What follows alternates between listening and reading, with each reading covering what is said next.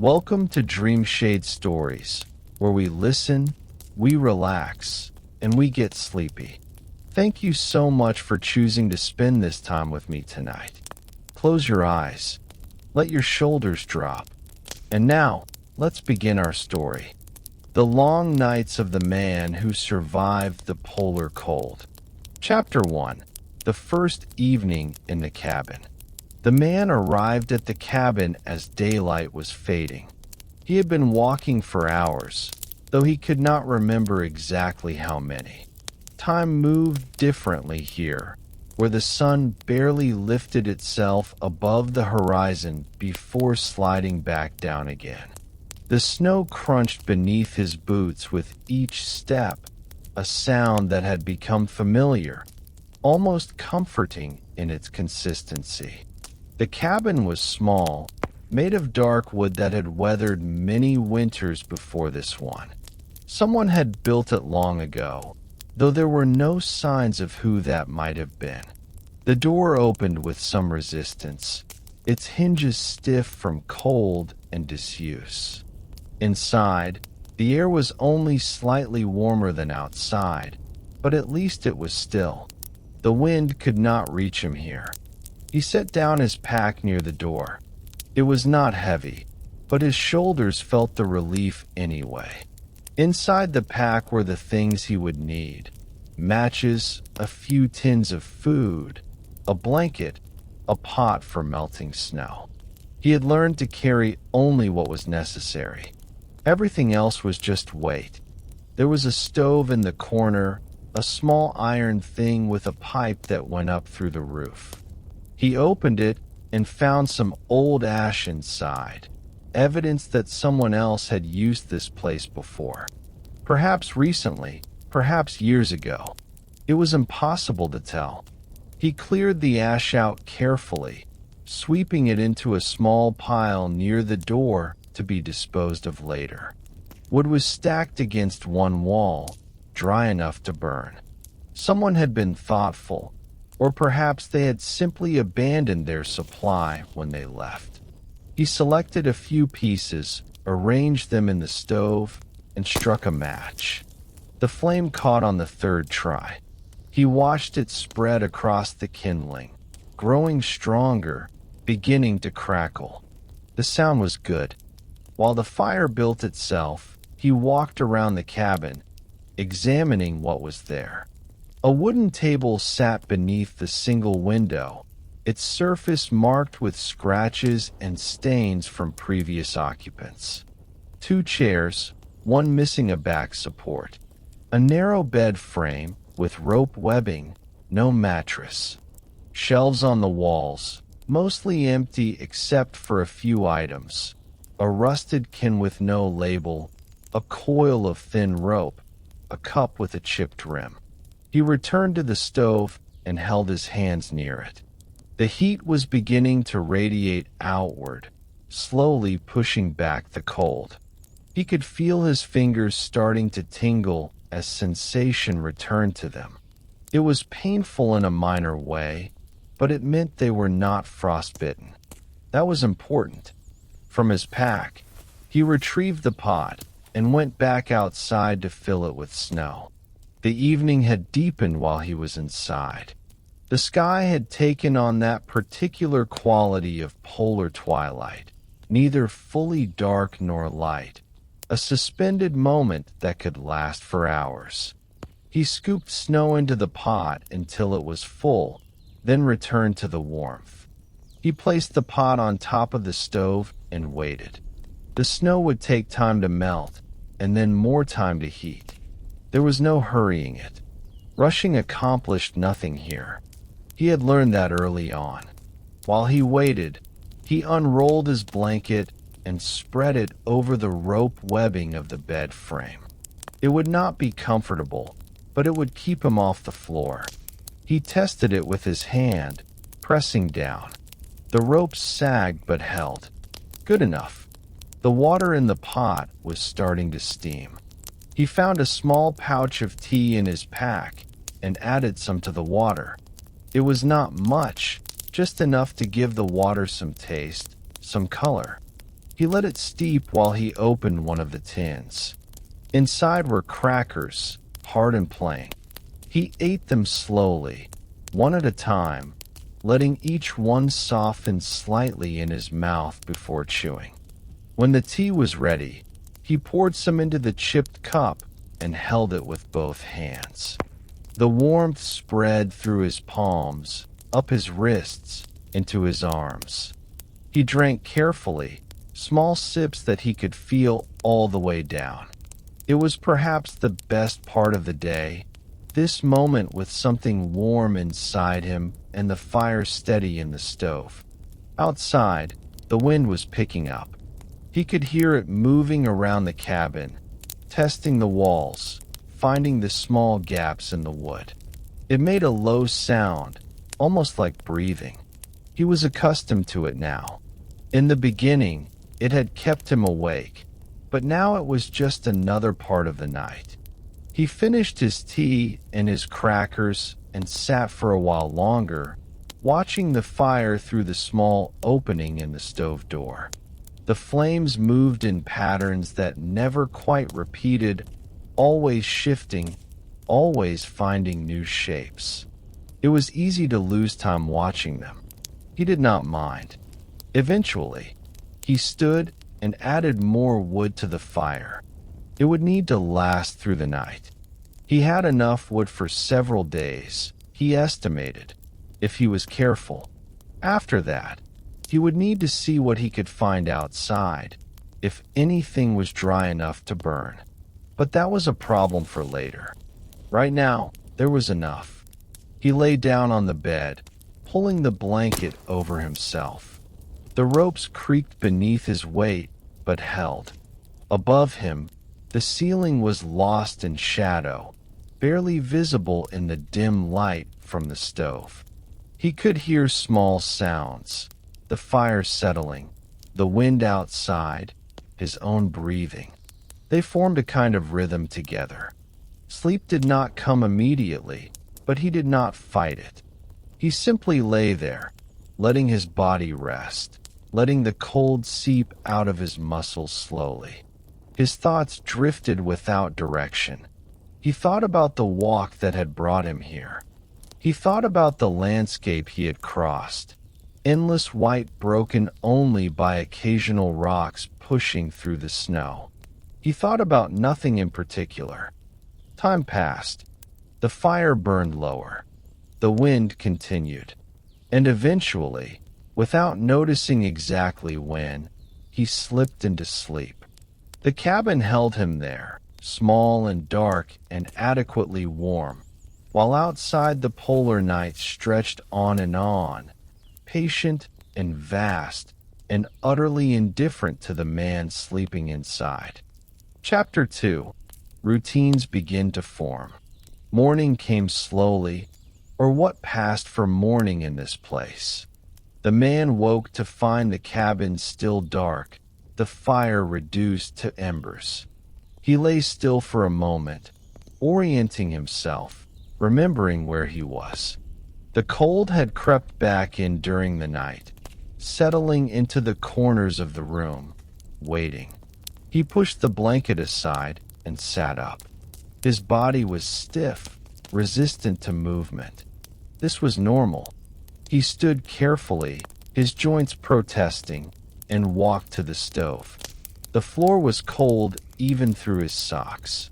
He had slept in his clothes, all except his boots.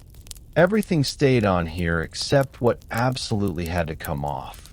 He opened the stove door and stirred the embers with a stick. A few still glowed red beneath the ash. He added small pieces of wood, kindling first, waiting for them to catch before adding larger pieces. The fire reluctantly came back to life. He left the door open slightly, giving it air, watching until he was satisfied it would continue burning. The pot still had water in it from the night before. He set it back on the stove to heat. While he waited, he put his boots on, lacing them slowly. His fingers were clumsy in the cold, and it took longer than it should have. When the water was warm enough, he drank some directly from the pot, then used a little to wash his face and hands. The rest he would save for tea later. He ate another tin of crackers for breakfast, standing by the window. Outside, the world was the same as it had been yesterday.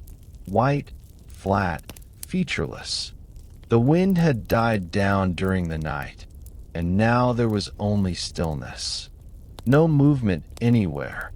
It was the kind of scene that could make you feel like the last person alive if you let it. But he did not let it. Instead, he thought about what needed to be done today. The wood supply would need to be assessed properly.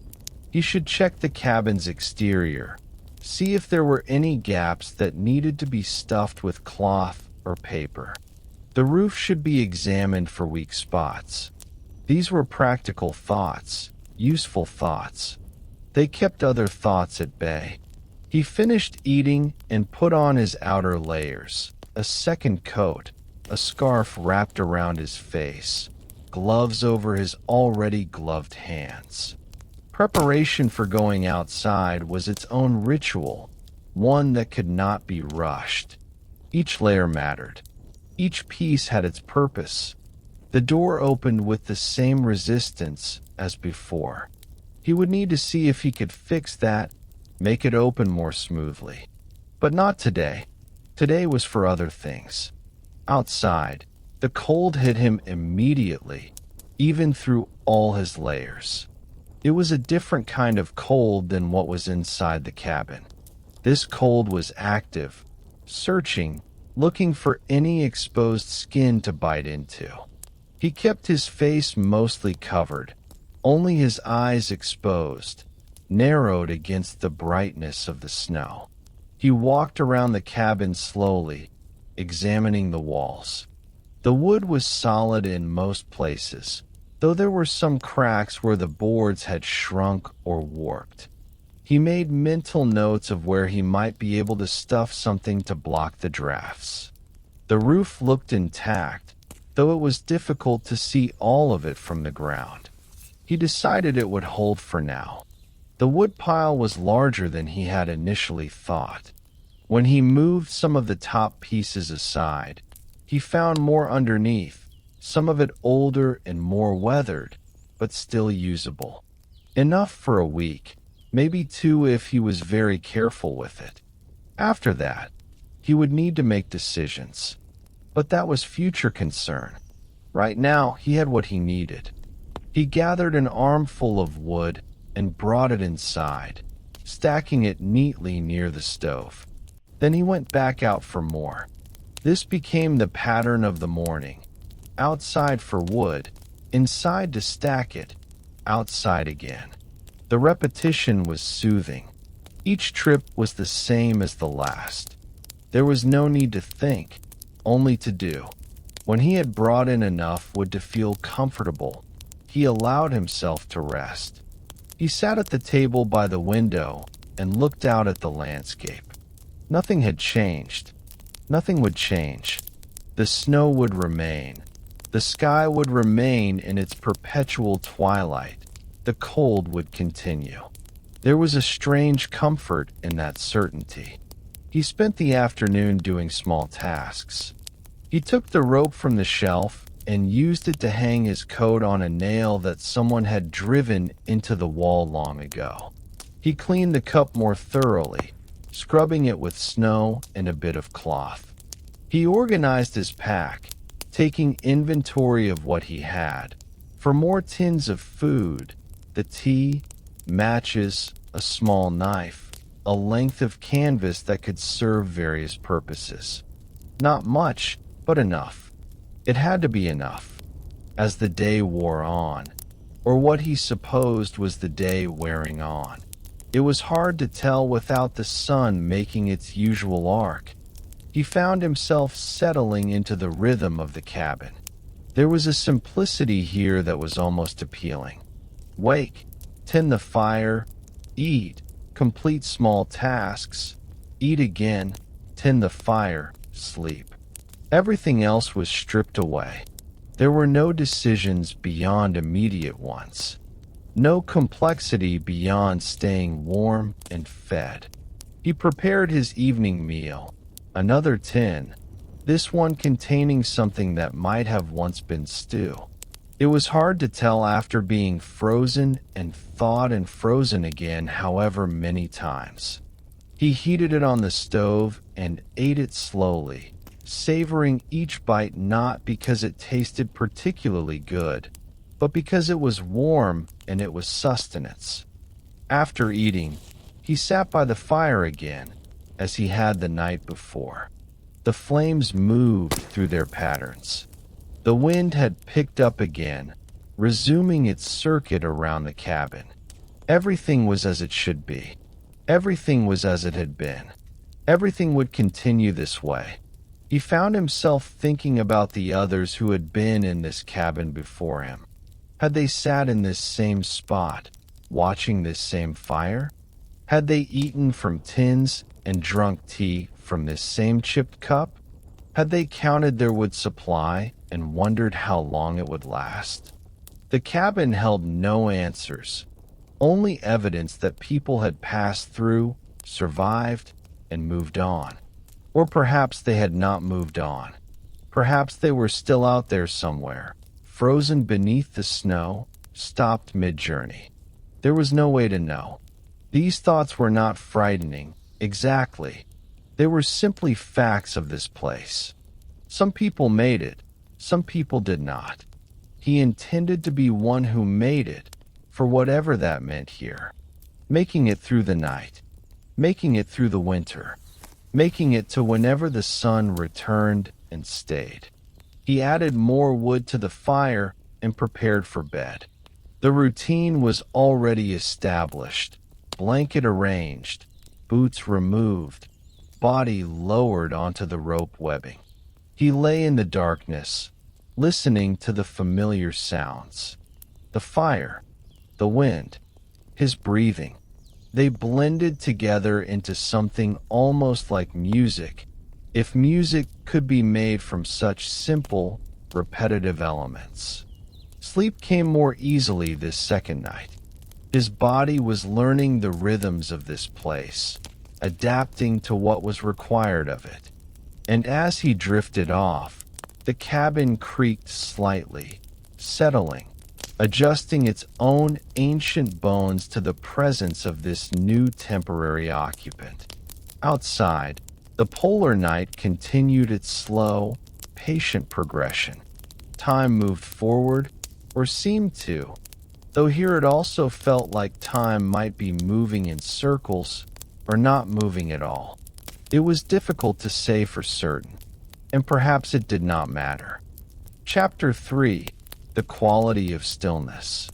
Days passed, though calling them days felt imprecise. There was no real sunrise, no real sunset, only gradual shifts in the quality of light that filtered through the single window. The man stopped trying to count them. One period of waking and sleeping bled into the next, and he found that the counting served no purpose anyway. He was here. He would continue to be here. That was enough. His routines became more refined. He woke when his body decided it had rested enough. He tended the fire first thing, always, before anything else. Then water, tea, food. Then the day's small tasks, whatever they might be.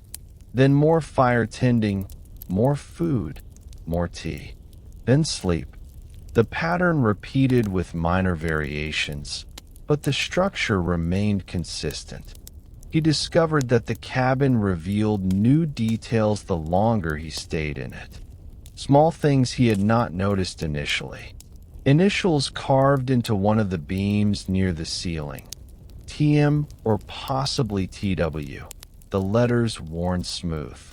A piece of paper wedged between two floorboards, too deteriorated to read whatever had been written on it. A mark on the wall near the bed that might have been left by someone tracking the days.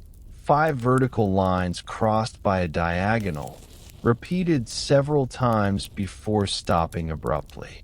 He did not add his own marks. He had no interest in tracking time in that way. The marks that were there served as evidence enough that time passed, that days accumulated, that eventually either you left or you stopped counting. He preferred not to think about which category he would fall into. The cold outside intensified. He could tell by the way the wind sounded different, sharper, more insistent. On one of his trips outside to check the woodpile, the air hurt to breathe, even through the scarf wrapped around his face. He stayed outside only long enough to grab what he needed, then hurried back in. The cold here could kill you if you let it. It required constant respect, constant vigilance. Inside, he spent more time sitting. There was only so much to do in such a small space, only so many ways to organize the few items he possessed. He sat at the table and looked out the window for long stretches. The landscape never changed, but he looked anyway. It was something to do. His eyes traced the contours of the snow, the way it formed small drifts and valleys, the way the wind sculpted it into patterns that would themselves be re-sculpted the next day. Sometimes he saw movement out there. A bird, dark against the white, flying low. It would appear and then disappear, swallowed back into the vast emptiness. He wondered what it ate, where it went, how it survived. But these thoughts did not linger long. The bird had its ways, and he had his. He began to notice the silence in a different way. At first, the silence had been something he was aware of, something that pressed against his ears.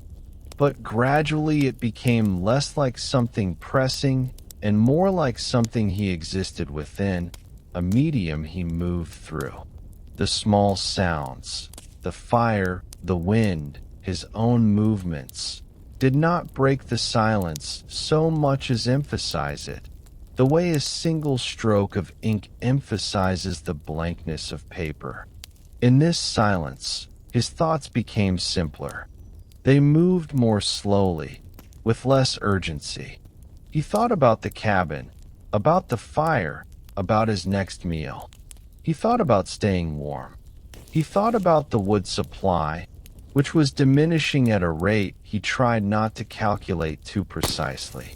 Beyond these immediate concerns, his mind did not venture much. There seemed no point in it. One evening, he found himself talking aloud. Just a few words, testing his voice. "The fire is good," he said to the empty room. His voice sounded strange, rougher than he remembered it. He cleared his throat and tried again. Enough wood for a while yet.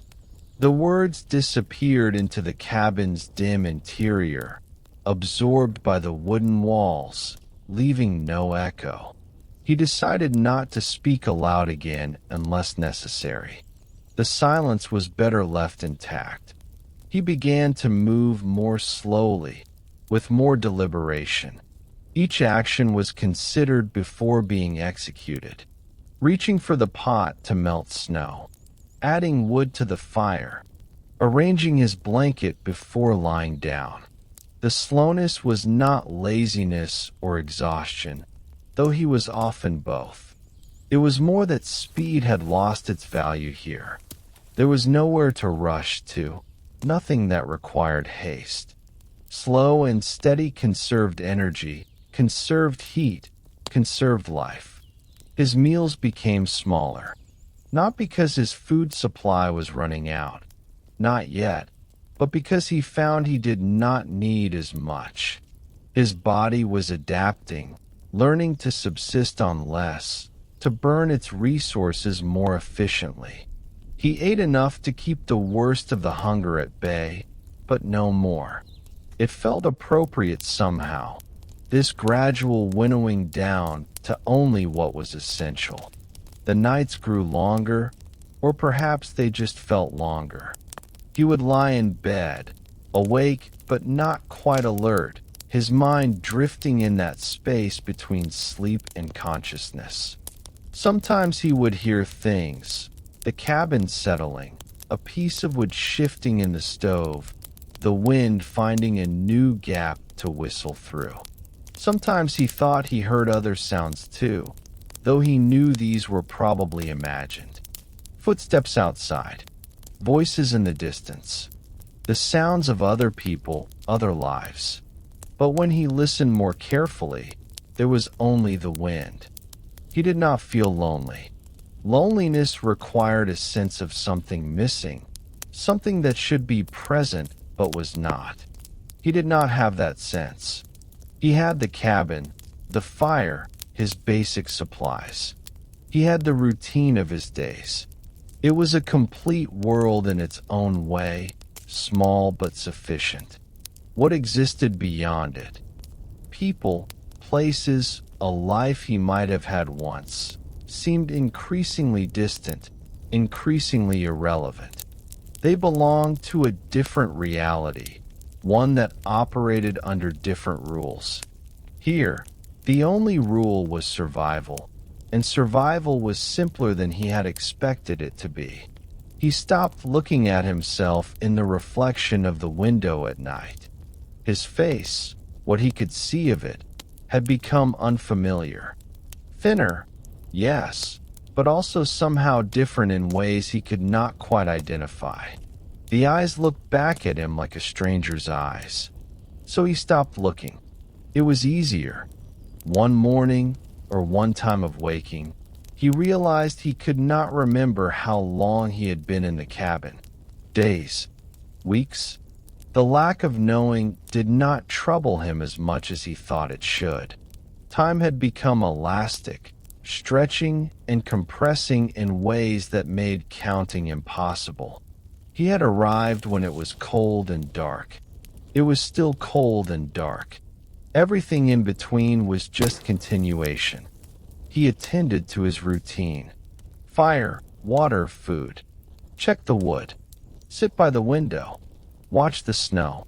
Tend the fire again. Eat again. Sleep. And then wake and begin again. The pattern was reliable. The pattern was everything. Inside the pattern, he was safe. Outside the pattern was only cold and endless night, and he had no intention of going out there any more than necessary. The cabin creaked around him, ancient wood adjusting to ancient cold. He had become part of its ecosystem now, another element in its long history of temporary occupants. When he left, if he left, the cabin would remain, waiting for whoever came next. This thought gave him a strange comfort. The cabin would outlast him. The cabin would outlast everyone. There was something reassuring about that permanence, that stolid endurance. He drew strength from it, in his own way, as he sat through another long evening, watching the fire, listening to the wind, feeling the time pass without marking it, without needing to know exactly how much had passed or how much remained ahead. It simply passed, and he was here to witness it, and that was enough.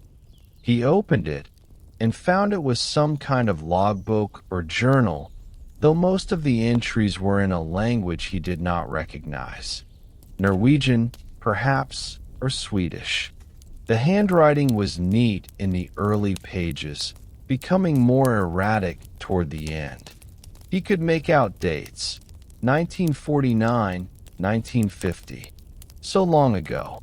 The person who had written this had been here decades before him, had sat in this same cabin, had fed this same fire. Had they survived? Had they made it back to wherever they had come from? The journal offered no answers. The entries simply stopped midway through the book, the rest of the pages blank. He kept the journal, placing it on his shelf. Some nights he would page through it, looking at the words he could not read, tracing the shapes of letters from another language, another time. He liked having it there. It was evidence of continuity. People had been coming to this cabin for decades, maybe longer. They had all faced the same cold, the same darkness, the same slow passage of time. He was part of a tradition now, whether he had chosen it or not. The weather outside seemed to intensify. The wind blew harder, creating drifts against the cabin's walls. He could hear snow pelting against the window like sand. On the days when the wind was worst, he did not go outside at all. He rationed his wood more carefully, keeping the fire smaller, wearing more layers inside. The cold crept closer, but the fire held it at bay. Just barely. Always just barely. He discovered that he could hear different qualities in the silence now. There was the silence of still days, when nothing moved outside and the air itself seemed frozen. There was the silence between wind gusts, a hell-breath pause before the next assault. There was the silence of deep night, thicker and more substantial than daytime silence. And there was the silence inside his own head, which was becoming wider, emptier, more like the landscape outside. His thoughts, when he had them, were brief and utilitarian. Is there enough wood? How much water should I melt? Is the fire adequate? Beyond these immediate questions, his mind remained quiet. Memories from before, whatever before had contained, surfaced rarely now and faded quickly when they did. They had no weight here. They could not compete with the present's absolute demands. He found himself moving through the cabin in patterns, walking the same routes from bed to stove to table to door and back again. His feet wore tracks into the thin layer of dust on the floor, creating paths that he followed without thinking. The cabin was small enough that there were only so many routes possible, and he had walked them all countless times. His body knew where to step, where to turn, where to reach without his conscious mind directing it. Time continued its strange behavior. Some periods of waking felt very long, stretched out, each minute distinct and separate. Other times, he would find himself at evening with no clear memory of how the day had passed. Hours would vanish, leaving only vague impressions of firelight and snow and the sound of wind. He did not fight this. He let time be what it wanted to be. One night, he woke to complete darkness. The fire had gone out entirely, something he had been careful to prevent. He lay still for a moment, feeling the cold already present in the air, already moving toward him. Then he rose and worked in the darkness, his hands finding the matches through familiarity, striking one, the flare of light sudden and almost painful. He got the fire restarted, fed it carefully until it was stable again. Then he sat beside it for a long time, making sure it would hold, unwilling to sleep again until he was certain. The fire was everything. Without it, the cabin was just another cold place, no different from outside. With it, there was life. Barely, marginally, but there was life. He began to notice his own body differently. The way his hands looked, the skin dry and cracked despite his care. The way his clothes hung looser, evidence of weight he had lost. The way his breath condensed in the air even inside the cabin. He was becoming thinner, harder, more adapted to this environment. Less human in some ways, more suited to survival in others. The change did not alarm him. It was simply happening, like everything else. Some days he spoke to the fire. Just a few words, acknowledgments. still burning, he might say, or good fire. The fire did not respond, but he felt better having said something. The words were offerings of a sort, gratitude to the thing that kept him alive. It seemed appropriate to acknowledge that. He discovered he could sleep at any time now, day or night. Not that the distinction mattered much. If he lay down and closed his eyes, sleep would come. His body had given up trying to maintain any natural rhythm and simply rested when it could. He would wake, attend to his needs, and sleep again when tiredness arrived. Life became a series of cycles. Wake, maintain, sleep. Wake, maintain, sleep. Each cycle identical to the last. Each one necessary. Each one proof that he was still here, still continuing. The woodpile outside was definitely smaller. He checked it less frequently now, not wanting to confirm what he already knew. There was enough for now. There might be enough for later. Beyond that, he did not let himself calculate. When the wood ran out, he would have to make decisions. But those decisions belonged to the future, and the future was not yet here. Only now was here. Only this moment with the fire burning and the wind outside and his body relatively warm. That had to be sufficient. In the journal with its unreadable script, he noticed something he had missed before. On one of the last written pages, someone had drawn a simple sketch, a boat, or perhaps a ship, on water. The drawing was rough but clear. It suggested hope, perhaps, a way out, a return to the world beyond this frozen place. Or maybe it was just an idle doodle, meaningless, something to do with the pencil while sitting through another long evening. He did not draw anything himself. He had no pencil, and he had nothing he wanted to express.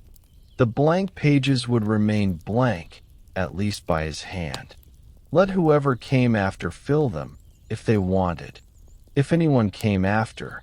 If there was an after. The cabin held him, as it had held others before. The walls stood firm. The roof stayed intact. The stove continued to function. These were the important things. Everything else was just detail, just the slow turning of one empty day into another, the endless progression of cold and darkness, the patient waiting for something to change, though what that change might be or when it might come remained unclear. And in the not knowing, in the endless sameness, there was a kind of peace. Not happiness, not contentment, but something simpler, acceptance. He accepted the cold, the isolation, the uncertainty. He accepted that each day would be like the last. He accepted that this might be all there was, and somehow, in the acceptance, the burden felt lighter. The nights felt more bearable, and time continued to pass, unmarked and unmeasured, while he remained in his small circle of firelight, persisting. Chapter 5. The Continuation of Things. The fire became his clock, his calendar, his companion. He knew its moods now, could read its needs in the color of the flames, the sound of the wood burning, the amount of smoke that rose toward the ceiling. He fed it precisely what it required, no more, no less. The relationship between man and fire had become efficient, refined through repetition until it was nearly perfect. His food supplies had diminished to a worrying degree. 3 tins remained, possibly 4 if he counted the one that had been dented and might be compromised. He rationed more severely now, eating half of what he had been eating before, then half of that. Hunger became another constant presence, like the cold, something to be endured rather than satisfied. His body adjusted. Everything adjusted. He found himself spending longer periods simply sitting, not doing anything, not thinking about anything in particular, just sitting and existing. Hours would pass this way. He would sit at the table, or on the bed, or on the floor near the stove, and time would move around him like a river flowing past a stone. He was the stone, solid, unmoving, worn smooth by the current. The wind outside had become a permanent feature. Some days it was louder, some days quieter, but it never fully stopped. He had learned to interpret its sounds. The high whistle meant it was coming from the north. The lower moan meant it was shifting to the east. When it rattled the door, that meant it was blowing directly against the front of the cabin. This knowledge was useless but comforting. He understood the wind, in his way. They were familiar with each other now. One morning, or one time of waking, he noticed the light through the window seemed different. Not brighter, exactly, but less dark. He stood and looked outside. The sky had changed color from the deep gray blue it had been maintaining to something slightly lighter, a shade that suggested the possibility of something beyond endless night. He watched for a long time, but the change did not progress.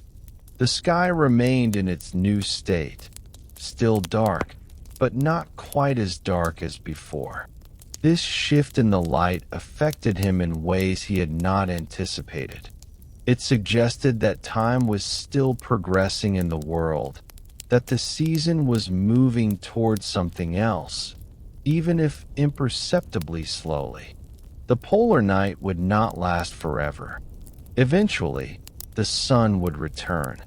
He might not be here to see it, but it would return regardless. The knowledge settled into him quietly. The world would continue. With him or without him, it would continue. He began to organize his remaining supplies with more care.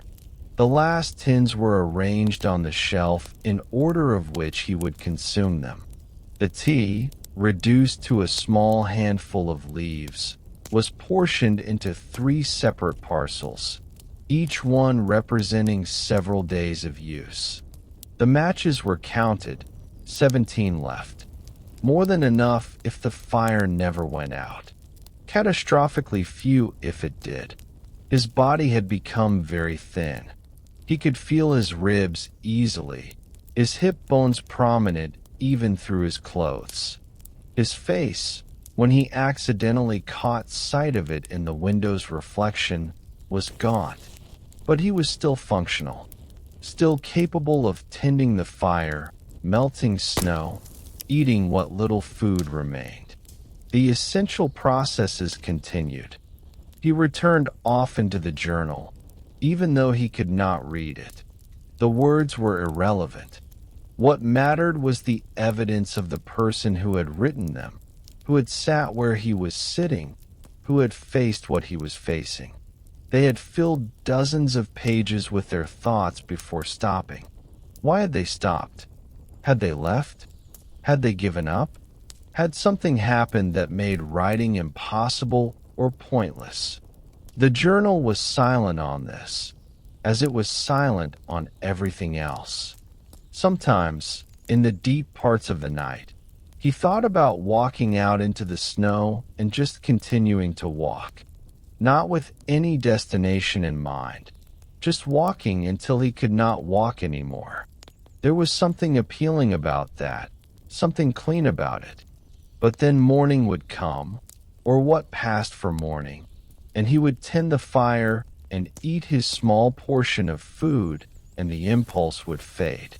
Survival was its own momentum. Once begun, it was difficult to stop. The cabin had become entirely familiar.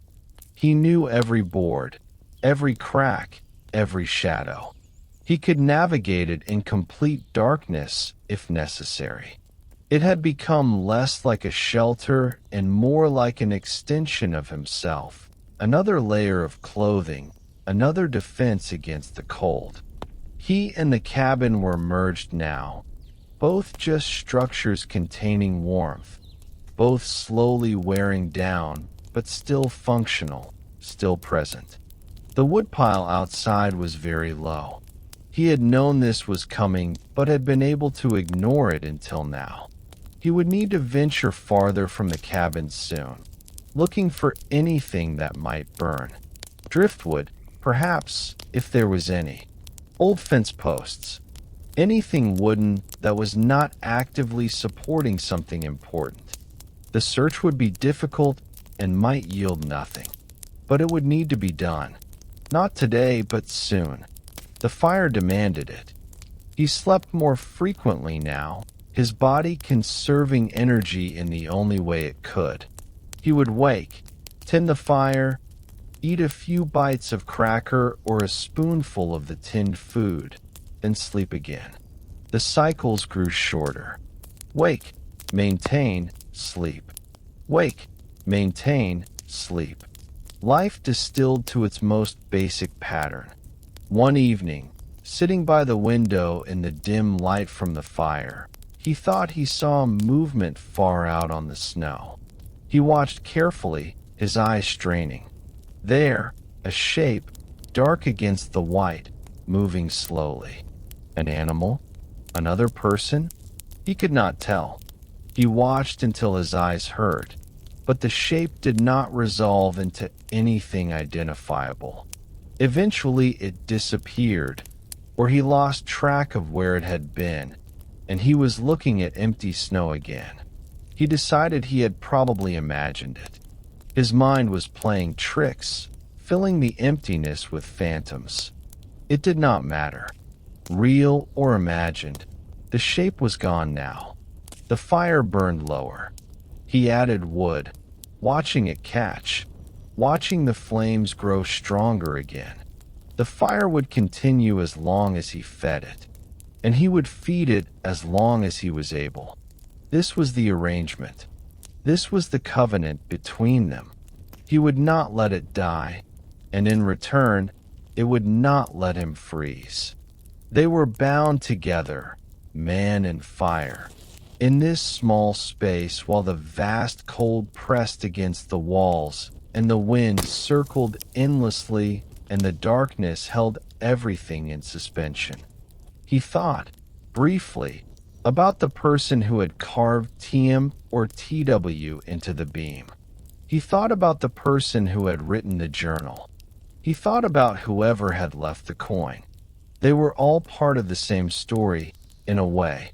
Different chapters, different times, but the same essential narrative. Cold, isolation, survival, continuation. And now he was adding his chapter, though he would leave no marks, no words, no evidence beyond his temporary presence.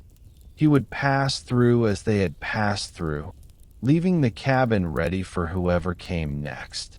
If anyone came next. The wind rattled the door. The fire crackled. His breath condensed in the air. Everything was as it should be. Everything was as it had been. Time moved forward, or seemed to, or perhaps time was just a wheel turning in place, creating the illusion of progress while actually remaining stationary. It was impossible to tell the difference anymore. And perhaps there was no difference. Perhaps forward and stationary were the same thing here. Perhaps movement and stillness were identical. Perhaps all of it, the days, the nights, the cold, the fire, his own presence, were just variations on a theme of continuation. Things continued because continuing was what they did. There was no deeper reason, no greater purpose. Just the bare fact of persistence. He lay down on the bed, arranging his blanket carefully. The ropes creaked beneath him, a familiar sound, almost welcoming in its consistency. Above him, the darkness of the ceiling absorbed what little light the fire provided. He closed his eyes, though it made little difference. Dark with eyes open, dark with eyes closed. The darkness was everywhere, in everything. But he was still here within it, still breathing, still maintaining his small space of warmth. And tomorrow, or the next time of waking, he would do the same again. And the time after that, and the time after that. The fire would burn, the wind would blow, the cold would press, and he would continue, because that was what remained to be done. Continue, persist, endure. And in the enduring, there was something almost like meaning, almost like purpose. Not quite, but close enough. Close enough to keep going. Close enough to last through another night. Another long, dark, polar night that stretched on, patient and vast and utterly indifferent. While inside the small cabin, one man and one fire maintained their vigil, waiting for nothing in particular, expecting nothing to change, simply being there together in the cold and the darkness. And outside, the snow continued to fall, light and steady, covering everything equally, making no distinction between what lived and what did not, accumulating in drifts against the cabin walls, building slowly, patiently, grain by grain, while time passed and the world turned and the long night held everything in its grasp, and nothing moved except the wind, and nothing changed except imperceptibly, and nothing ended because nothing truly began. It simply was, continuing in its way, as it had always continued, as perhaps it always would. The man shifted slightly on the bed, finding a position where the ropes did not press quite so hard against his hip. The fire sighed, settling into itself. The cabin creaked, adjusting, and the night, as it had done for all the nights before and would do for all the nights to come, covered everything in its soft, dark weight, indifferent and complete, while beneath it, in a small space of warmth, life persisted, minimally but definitely, and that persistence, that simple act of continuing, was perhaps enough. Not triumph, not victory, just continuation. And in a place like this, in a time like this, continuation was all there was, all there had ever been, and possibly all there would ever need to be. The fire burned, the man breathed, the night stretched on, and time, in its strange way, kept passing without passing, kept moving while staying still, and everything remained exactly as it was, as it had been, as it would be, until eventually, sometime, somehow, something might change. But not yet. Not tonight. Tonight was for continuing, for persisting, for the long, patient act of remaining here, in this space, in this moment, which extended infinitely in all directions, and yet remained precisely bounded by wooden walls and firelight, and the small circle of warmth that defined the edge of everything that mattered.